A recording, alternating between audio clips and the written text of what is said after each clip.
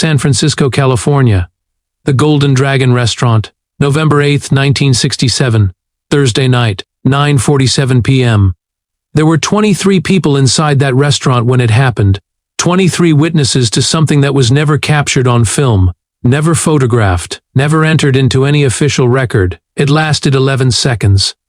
And what unfolded in those 11 seconds would echo through martial arts circles for decades. Argued over, dissected, questioned. Some dismissed it as legend. Others swore without hesitation that every detail was true. But one fact has never been challenged. A 250-pound professional wrestler walked into the Golden Dragon that night searching for a fight, and he found Bruce Lee seated quietly in booth 7, eating chow mein with chopsticks. What followed permanently altered how that wrestler and everyone watching understood the meaning of real combat. For 55 years, the story has been shared in low voices, passed from one witness to another. This is what truly happened on November 8, 1967. The Golden Dragon Restaurant, Chinatown, San Francisco, November 8, 1967, 9:30 p.m. Thursday night dinner service is in full rhythm. Not chaotic, not slow. Steady. The kind of steady that keeps waiters moving but not running. Steam rises in soft clouds from the kitchen pass. Garlic and ginger hang in the air, thick and warm. Soy sauce sizzles in a wok somewhere behind the wall. Porcelain dishes clink softly against wooden tables. A radio behind the counter plays Chinese opera at low volume, the melody drifting through the room like background memory. There are 23 people inside. 12 tables. Some full, some half-occupied. A family of 4 finishing their main course near the window. A young couple seated across from each other speaking quietly, hands brushing over teacups. 3 elderly Chinese men in the far corner leaning over a mahjong board, tiles clicking in deliberate rhythm. 2 traveling salesmen near the entrance discussing highway routes and hotel prices. Waiters in white shirts and dark aprons weave carefully between chairs, refilling jasmine tea without interrupting conversations. Near the back of the restaurant, away from the windows and street noise, sits booth 7. In that booth is a 27-year-old Chinese man wearing a dark blue tracksuit and soft-soled shoes. 5 feet 7 inches tall, 135 pounds, compact, lean, still. His name is Bruce Lee. He sits alone. In front of him, a bowl of chow mein, steam rising in thin spirals, a small porcelain pot of jasmine tea, a white teacup placed precisely to the right of his plate. Beside it, a small notebook opened flat, a pen resting along the crease of the page. He eats with chopsticks. Every movement is exact, bowl to mouth, no wasted motion, no distraction. Between bites he writes, short notes, observations about movement, about speed, about reaction time, about the economy of motion, words that only he fully understands, fragments of philosophy forming into something structured. Something is evolving. No one in the restaurant is watching him. No one recognizes him. He has taught martial arts in Oakland and Los Angeles, performed small demonstrations, played Kato on the television show The Green Hornet, but the show ended earlier in 1967 after a single season. The role gave him brief exposure. Nothing lasting, nothing transformative. Tonight, he is not a celebrity. He is not yet a global icon. He is simply a martial arts instructor eating dinner in Chinatown. Another small Chinese man in a city filled with them. At 9:34 p.m., a waiter refills his tea. Bruce nods once in thanks without looking up. At 9:36 a.m., he turns a page in his notebook and writes another line. At 9:38 a.m., one of the elderly men laughs loudly at the mahjong table, the sound briefly breaking the restaurant's calm. Bruce does not react. His breathing is steady, controlled, almost meditative. There is something unusual about the way he sits. Not rigid, not relaxed in the careless sense, present, fully aware of the space around him without appearing to pay attention to it. His back is straight but not tense. His shoulders loose. His feet flat on the floor. A man accustomed to movement, to sudden change. But nothing about this moment suggests confrontation. At 9:42 p.m., the young couple pays their bill. At 9:44 a.m., one of the salesmen orders another pot of tea. At 9:45 a.m., a bus passes outside, headlights sweeping briefly across the front windows. Bruce takes another bite of chow mein. Write another note. Pauses. Read what he has written. At 9:46 p.m., he sets the pen down and lifts his teacup. The door to the restaurant opens. Cold November air rushes in from the street, cutting through the warmth of garlic and steam. Several heads turn toward the entrance. Bruce Lee does not. Not yet. The door swings open at 9:46 p.m. Cold November air cuts through the warmth of garlic and soy sauce. Conversations pause. Heads turn. The radio continues to hum softly, but the room shifts. Subtly, instinctively, the man standing in the doorway is impossible to ignore. 6 feet 4 inches tall. 250 pounds. Not soft weight, dense, layered muscle built from years of collisions, grappling, and ring work. His shoulders stretch the frame of the entrance. His neck is thick, almost merging into his traps. He wears jeans, scuffed cowboy boots, and a brown leather jacket that strains slightly at the seams. His name, at least the one printed on wrestling posters, sees Raymond, the Boulder Sullivan. I am 31 years old. 9 years in professional wrestling. Mostly the California territory. County fairs. American Legion halls. High school gymnasiums with metal folding chairs and temporary rings assembled under fluorescent lights. Not Madison Square Garden. Not national television, but real crowds, real bodies hitting canvas. Real bruises. Most matches are predetermined. That is the business. But the physicality is not fake. Raymond has been slammed. Has slammed others. Before wrestling, he played college football. Before that, amateur boxing. He knows how to drive through a tackle, how to throw a hook, how to control a clinch. He is also drunk. Not staggering, not slurring uncontrollably. Functional drunk, the kind where confidence swells into arrogance, where volume increases half a notch, where judgment softens just enough to invite trouble. He has been drinking since 6 p.m. at a bar 3 blocks away. Jim Beam. Double shots. His wrestling buddies left around 8. Told him to go home. Sleep it off. He stayed, ordered 2 more. Then I walked toward Chinatown looking for food, and something else. He steps inside. The door closes behind him. The warmth returns, but the temperature of the room has changed. Raymond scans the restaurant slowly. Families, elderly men playing mahjong, a young couple, salesman near the door. Then his eyes settle on booth 7. On the small Chinese man in the dark blue tracksuit eating quietly, writing in a notebook between bites. Something in Raymond's expression tightens. Maybe it's the composure. The stillness. The absence of deference. Maybe it's the lingering alcohol twisting perception. Maybe it's casual, unexamined prejudice. The kind common in 1967 and rarely challenged. Whatever the reason, Raymond starts walking. His boots strike the wooden floor with heavy, deliberate thuds. Conversations taper off. A waiter pauses mid-step. Bruce Lee lifts another bite of chow mein. Raymond stops at the edge of booth 7. He looms, blocking the light. Bruce finishes chewing. Sets his chopsticks carefully across the rim of the bowl. Look up. His face is neutral. You do kung fu? Raymond asks. Loud enough for nearby tables to hear. I practice martial arts, Bruce replies calmly. Yes. Raymond lets out a short laugh. Martial arts. All that choppy Bruce Lee stuff. He leans closer. The booth creaks under the shift of his weight. Wait, you are Bruce Lee, aren't you? That TV guy. The Green Hornet. I played that role, Bruce says evenly. Raymond nods slowly. Thought so. Let me tell you something. TV kung fu and real fighting? 2 different things. The restaurant is nearly silent now. 23 people pretending not to stare. I am a professional wrestler, Raymond continues. I fight for a living, real fights, real strength, not camera tricks. Bruce lifts his teacup, takes a measured sip, sets it down. Professional wrestling, he says, is performance.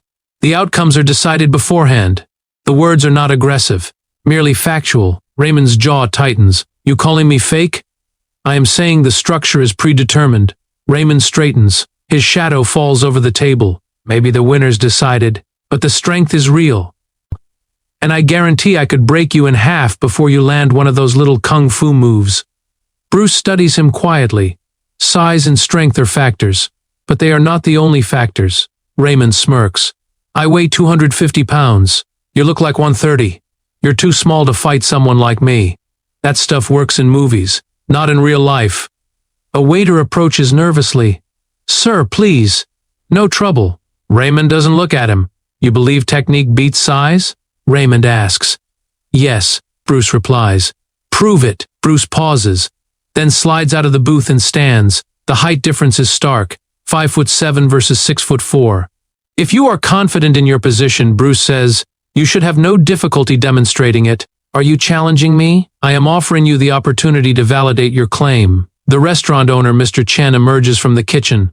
I'm 55 years old, 20 years running the Golden Dragon. No fighting, he says firmly. You fight, I call the police. Bruce turns to him and speaks in Cantonese. Calm, respectful, quick. He gestures toward the open space near the back wall. Explains. Demonstration. No damage. Very brief. Mr. Chen hesitates. Look at Raymond, then at the anxious faces of his customers. Quick, he says finally. Nothing broken. Then you leave. Raymond grins, rolling his shoulders. You sure about this, little man? Bruce walks toward the cleared space near the kitchen entrance. Your concern is noted, he says. The 23 witnesses begin shifting their chairs. Escalation has become inevitable. 9:47 p.m. The space near the kitchen entrance has been cleared. Roughly 12 feet by 8. Just enough room between the last booth and the wall to stand without knocking over tables. Plates have been pulled back. Chairs shifted aside. 23 people form a loose semicircle. No one leaves. The mahjong tiles sit abandoned mid-game. The young couple presses against the wall. One waiter stands near the counter, a leather jacket in his hands, Raymond's jacket. Mr. Chen watches with folded arms, expression tight. Bruce Lee steps into the center of the makeshift arena. He does not raise his fists, does not bounce, does not stretch. His hands rest loosely at his sides, breathing steady. Eyes attentive but not hard. Raymond rolls his neck once and plants his boots firmly on the floorboards. He lowers his center of gravity slightly. Wrestling stance. Familiar territory. Hands forward, palms open, ready to clinch. You ready? Raymond asks. I am ready, Bruce replies. Raymond doesn't wait for the ceremony. He explodes forward. For a man his size, he is fast. Years of football and wrestling have trained his first step. He shoots in, arms widening, aiming to wrap Bruce's torso and lock his hands behind his back. The restaurant inhales collectively. Raymond's hands close on empty air. Bruce is no longer where he was. He did not leap, did not dive. There was no dramatic sidestep. Only a subtle shift, a transfer of weight from rear foot to front. A slight angle change. Less than a foot of displacement. But enough. Raymond's momentum carries him forward into nothing. His boots scrape as he stumbles 2 steps past Bruce before regaining balance. A murmur ripples through the room. Raymond turns, irritated. Stand still. Bruce's voice remains even. You moved with commitment. I adjusted. Raymond resets. This time he advances more cautiously. No reckless charge. He walks Bruce toward the wall, using his reach to narrow the space. Force him into a corner. Bruce glides laterally along the edge of the cleared area. Each step is economical. No crossing of feet. No wasted motion. Raymond lunges again, shorter distance, tighter arms. Bruce moves inside. Not away. Inside. It is counterintuitive. Raymond's arms extend to grab, and in that half-second of extension, Bruce's hands make contact, light touch at the wrist and elbow. No shove. No strike. Just redirection. Raymond's upper body rotates abruptly. His balance breaks as his own forward energy is guided along a new line. His boots scramble to correct, but his torso turns against his will. In less than a second, he is facing the opposite direction. A full 180 degrees. Gasps fill the restaurant. Raymond stumbles forward 2 steps, then spins back, confusion written across his face. What was that? He demands. Redirection, Bruce says. Your momentum required a path, I provided one. Raymond's breathing grows heavier, not from exhaustion but from disbelief. Again. This time he closes the distance slowly, compact, elbows in, hands high, no extension to exploit. He steps forward deliberately, sealing space inch by inch. 3 feet, 2 feet. Raymond's hands shoot out, gripping Bruce's shoulders firmly. Contact. For 1/10 of a second, Raymond feels control.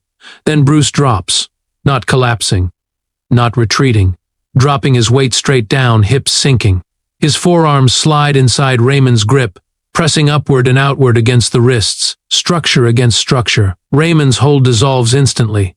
Bruce is now inside the clinch, close, too close. Bruce's right fingertips touch Raymond's solar plexus. Here, he says calmly. Applied force collapses the diaphragm. You cannot breathe. His left hand rises gently to Raymond's throat. 2 fingers rest against the trachea. 3 pounds of pressure. The air stops. His right hand shifts lower, tapping the floating rib. 12 pounds at the correct angle. Rib breaks. Lung punctures. Raymond freezes. 250 pounds of muscle, immobilized not by force but by geometry. Strength requires structure, Bruce continues. Break the structure, strength disappears. He steps back. Raymond stands exposed, chest rising and falling harder now. A large man dismantled it without impact. The silence deepens. One more, Raymond says, voice strained. Bruce studies him briefly. Very well. This time Raymond abandons caution. He charges. No setup, no strategy. Raw aggression fueled by wounded pride. Both arms extend fully, determined to seize and crush. Bruce does not evade. Raymond's hands clamp around Bruce's torso. Fabric tightens in his grip. Finally, he begins to squeeze. And Bruce coils. His weight drops again, but now his right leg sweeps behind Raymond's lead leg. His left hand controls Raymond's elbow. His right hand anchors the shoulder.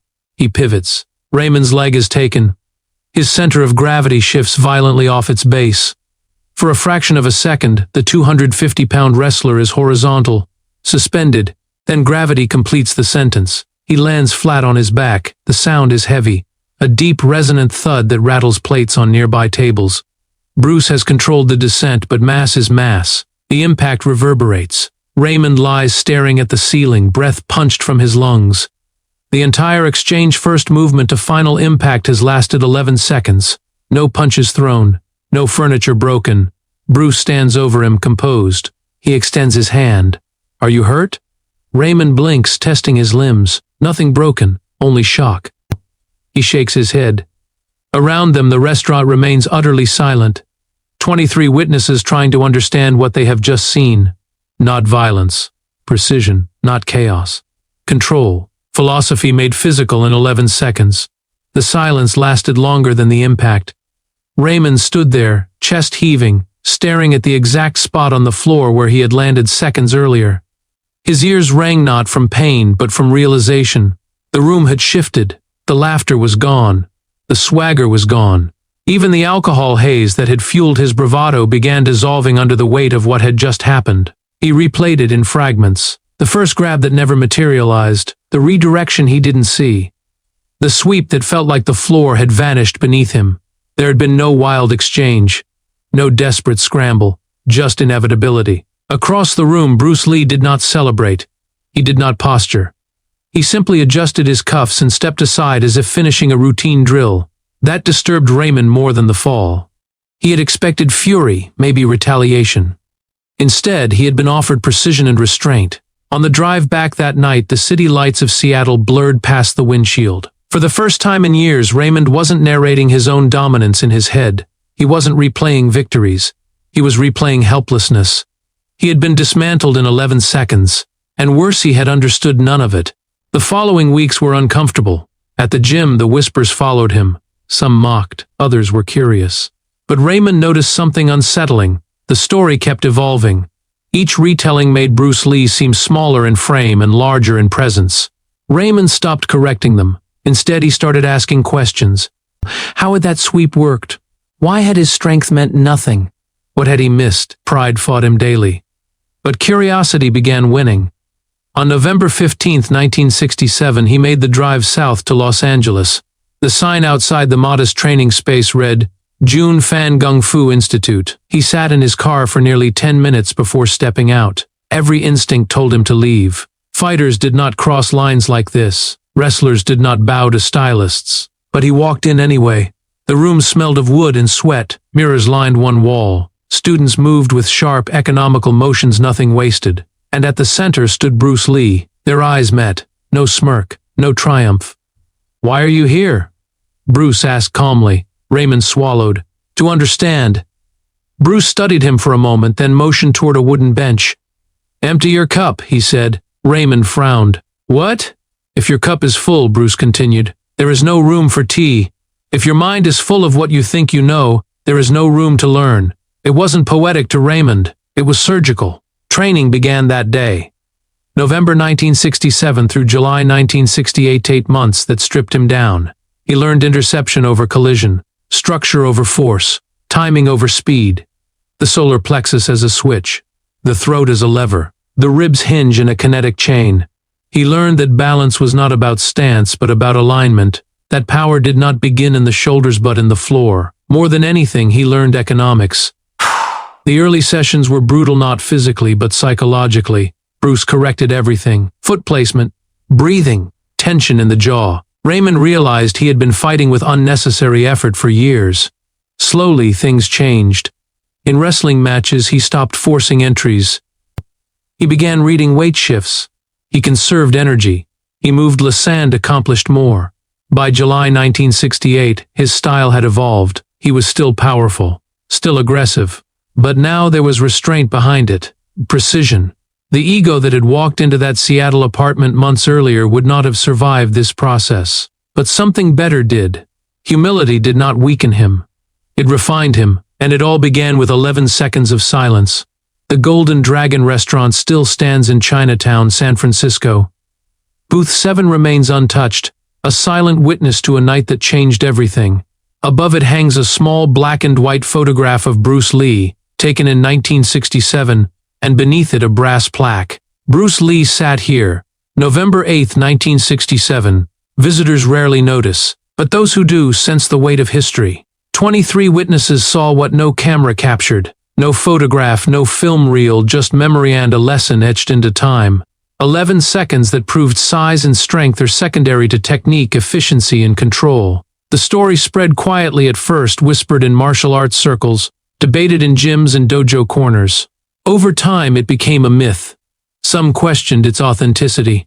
Others swore on their lives. The core truth, however, remained indisputable. Bruce Lee had demonstrated mastery, not through brute force, but through intelligence and precision. Raymond Sullivan returned to professional wrestling a changed man. Others who trained under Bruce, who studied his philosophy, recognized the same principle. Real power lies in structure, timing, and awareness, not in aggression. Even decades later, students stand in that booth, imagining what happened. They feel the echo of discipline over ego, control over chaos. They understand that the legend is not about a fight in a restaurant. It is about what fighting teaches: patience, wisdom, and the relentless pursuit of mastery. Bruce Lee left the Golden Dragon that night, but the lesson never left. It survives in whispers, in practice, in the unbroken chain of knowledge from one generation to the next.